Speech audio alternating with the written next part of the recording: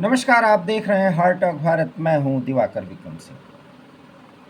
India alliance की स्थिति हर एक चुनाव के चरण में आने के बाद गड़बड़ ही गड़बड़ दिखाई देती है। सवाल यह है कि इतनी गड़बड़ स्थिति में इस अलायंस की स्थिति 4 जून को होगी क्या। हालांकि स्थितियों पर हम लगातार आपको बताते जा रहे हैं, लेकिन उदाहरण सहित अगर आपको बताया जाए तो आपको लगेगा कि वास्तव में किस हाल में विपक्ष बेहाली को जी रहा है। जी हाँ, पश्चिम बंगाल के संदर्भ में अगर बात की जाए तो वो ममता बनर्जी जो इंडिया अलायंस की सबसे वरिष्ठ नेता कही जा सकती हैं और अनुभवी, और अगर उन्हें कहा जाए कि वो राजनेता हैं, जनता के बीच उनकी पकड़ है और कम से कम पश्चिम बंगाल में उनका कड़र इतना मजबूत है कि भारतीय जनता पार्टी को उनको हराने के लिए लोकसभा में भी बहुत मेहनत करनी पड़ रही है और जब अगला चुनाव विधानसभा का होगा उसमें भी करनी पड़ेगी। हालांकि तुष्टीकरण की इंतहा जिस तरीके से एक सीमा को उन्होंने पार कर ली है, ऐसा नहीं लगता है कि ममता बनर्जी अब उतनी लोकप्रिय रह गई हैं। लेकिन कम से कम इस समय वर्तमान स्थिति में इंडिया अलायंस के जितने भी धड़े हैं, चाहे वो क्षेत्रीय पार्टी के जितने भी बड़े नेता अखिलेश यादव, तेजस्वी यादव और वो तमाम नेता जो बड़ी बड़ी बातें कर रहे हैं, डीएमके के नेता स्टालिन की बात कर ली जाए, इन सब में ममता बनर्जी बेहद समझदार और मोदी के सामने एक चुनौती प्रस्तुत कर सकती थी। लेकिन जिस तरीके से भारतीय जनता पार्टी और प्रधानमंत्री नरेंद्र मोदी ने बंगाल में स्थिति को पूरी तरीके से भारतीय जनता पार्टी के नियंत्रण में ले लिया है, ममता बनर्जी अब बौखला भी गई हैं।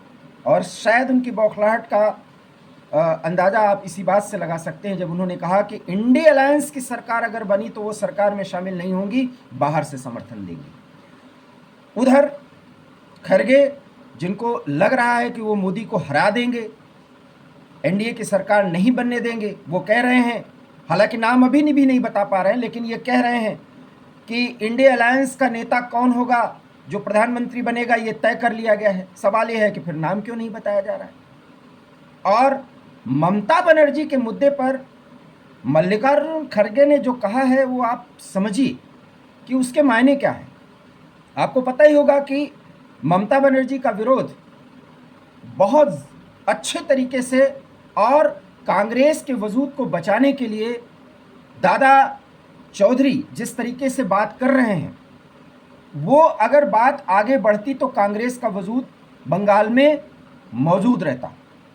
लेकिन दादा की एक भी नहीं चल रही है और जिस तरीके से लोकसभा में पिछले 5 सालों में उन्होंने कांग्रेस का पक्ष रखा और एक लड़ाई लड़ी, बंगाल में अपनी सीट तो खैर वो नहीं बचाते हुए दिख रहे हैं, लेकिन ममता बनर्जी ही उनके सीट में या उनकी छवि को डेंट कर रही हैं और वो हार की स्थिति का सामना करने जा रहे हैं। इसीलिए वो ये कह रहे हैं कि ममता बनर्जी से दूरी बनाना जरूरी है और इस बात से ममता बेहद नाराज है। ममता की नाराजगी को शांत करने के लिए मल्लिकार्जुन खड़गे ने एक बड़ा बयान दे दिया है और उन्होंने साफ साफ कह दिया है कि ममता बनर्जी इंडिया अलायंस की सरकार बनी तो उसमें शामिल होंगी। अब वो क्या बनेंगी ये तो बताया नहीं जा सकता। कम से कम राहुल गांधी के नेतृत्व में वो एक मंत्री तो नहीं बनेंगी, या वो राहुल गांधी के नेतृत्व में सरकार बने और टीएमसी के सांसद उसमें भागीदारी करें, ये भी वो सुनिश्चित नहीं करेंगे। ममता बनर्जी ने सीधे सीधे कई बार राहुल के नेतृत्व पर सवाल उठाया है। हालांकि चुनाव के इस दौर में वो सीधे सीधे सवाल नहीं उठा सकती, लेकिन इतना ज़रूर उन्होंने साफ कर दिया है कि वो इंडिया अलायंस को बाहर से समर्थन देंगी, अर्थात इंडिया अलायंस की पार्टनर नहीं है।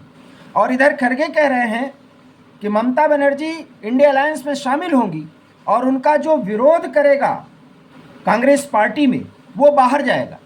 सवाल ये है कि फिर दादा का क्या होगा, क्योंकि दादा तो ममता बनर्जी का विरोध कर रहे हैं।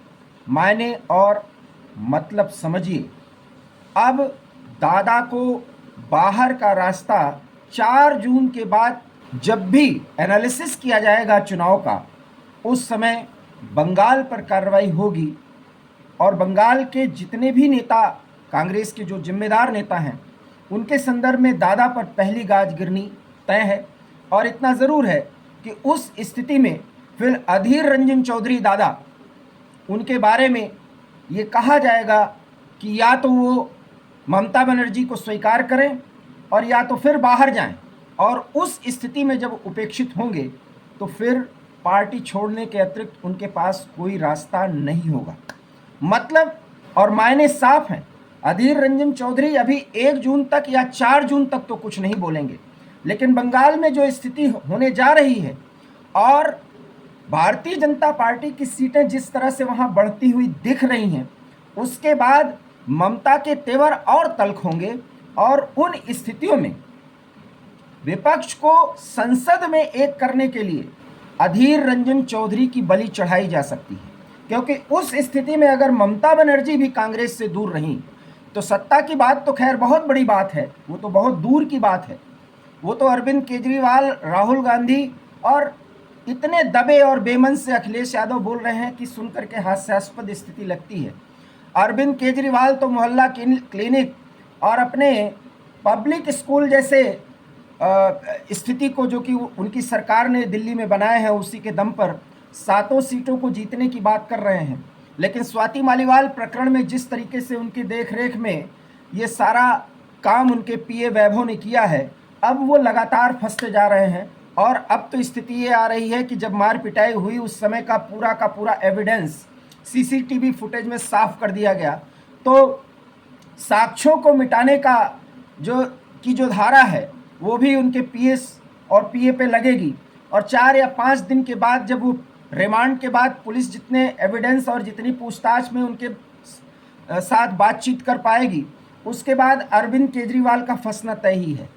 इतने कीचड़ में अरविंद केजरीवाल फंसते जा रहे हैं कि 2 जून को तो वो तिहाड़ जाएंगे ही। आगे किन किन मुद्दों पर और क्या क्या मसले हैं जो उनके साथ कानूनी रूप से जुड़ेंगे और उनके सहित उनकी पार्टी की स्थिति क्या होने वाली, ये भी किसी से छिपी नहीं है। और इस पर अभी बातचीत भी ज़्यादा नहीं करनी चाहिए। लेकिन अखिलेश यादव और राहुल गांधी आज फूलपुर उत्तर प्रदेश में गए थे और वहाँ पर जनसभा करने के पहले दोनों को वापस लौटना पड़ा, क्योंकि वहाँ भीड़ ने उनको पूरी तरीके से घेर लिया था। ये तो है इंडी अलायंस की स्थिति।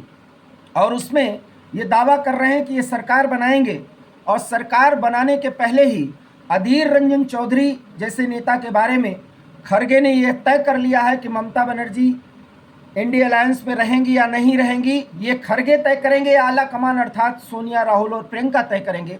दूसरा नेता अगर उसमें टांग अड़ाएगा तो वो पार्टी से बाहर जाएगा। कई लोग पार्टी छोड़ चुके हैं, कांग्रेस लगभग खाली हो चुकी है। अधीर रंजन चौधरी जो संसद से लेकर के सड़क तक पिछले 5 सालों तक कांग्रेस की एक मुखर आवाज़ बनते रहे और बेबाक अंदाज में नरेंद्र मोदी और भारतीय जनता पार्टी एनडीए की नीतियों को घेरते रहे, अब वो भी ये सोच रहे हैं कि वो कब तक कांग्रेस पार्टी में रहेंगे। यकीन मानिए 4 जून के बाद उन्हें भी पार्टी बाहर का रास्ता दिखा सकती है। बात इसलिए नहीं कि वो सरकार बनाएगी, बात इसलिए कि विपक्ष को भी संसद में एक करने के लिए ममता बनर्जी किसी भी मुद्दे को भूलती नहीं, कोई भी वाकया भूलती नहीं, और अधीर रंजन चौधरी को अपना बहुत बड़ा कांटा और रोड़ा मानती हैं। वो ये मानती है कि अगर अधीर रंजन चौधरी कांग्रेस में बरकरार रहे तो आगामी विधानसभा चुनाव जो उनका बहुत बड़ा लिटमस टेस्ट होगा, उसमें भी मुश्किलें और न्यूसेंस क्रिएट कर सकते हैं। इसलिए कांग्रेस के साथ कोई भी बातचीत अगर आगे बढ़ी, हालांकि वो बढ़ने वाली नहीं है, क्योंकि कांग्रेस और वामपंथी एक साथ अब चुनाव में लड़ेंगे और भारतीय जनता पार्टी की ताकत के साथ लड़ाई करेंगे। ये 4 जून के बाद की स्थिति बता रहा हूँ, उसमें अधीर रंजन कहीं फिट नहीं बैठते। ऐसे में अधीर रंजन चौधरी की बलि चढ़ाई जानी तय है। या वो तो पार्टी से निकाले जाएंगे या खुद ही पार्टी से अलग होने का रास्ता, यानी कि रेबल की भूमिका अदा करेंगे अधीर रंजन चौधरी अर्थात दादा। तो दादा का भविष्य भी मल्लिकार्जुन खड़गे के बयान के बाद तय नजर आता है। वो कांग्रेस जो बड़े नेताओं और लोकप्रिय नेता इस समय में जो भी कांग्रेस में हैं उनसे विहीन हो रही है। अधीर रंजन चौधरी जैसे नेता के ऊपर एक गाज गिराने का संकेत दे करके मल्लिकार्जुन खड़गे ने बता दिया है कि वास्तव में कांग्रेस कितनी भंवर में फंस चुकी है और 4 जून के बाद उसकी स्थिति होने क्या वाली है। आप हमारे इस वीडियो से अगर सहमत हैं तो प्लीज़ इसे लाइक करिए, शेयर करिए और हमारे चैनल हार्ट टॉक भारत को सब्सक्राइब करिए। यही आपसे अनुरोध है। बहुत बहुत धन्यवाद। नमस्कार।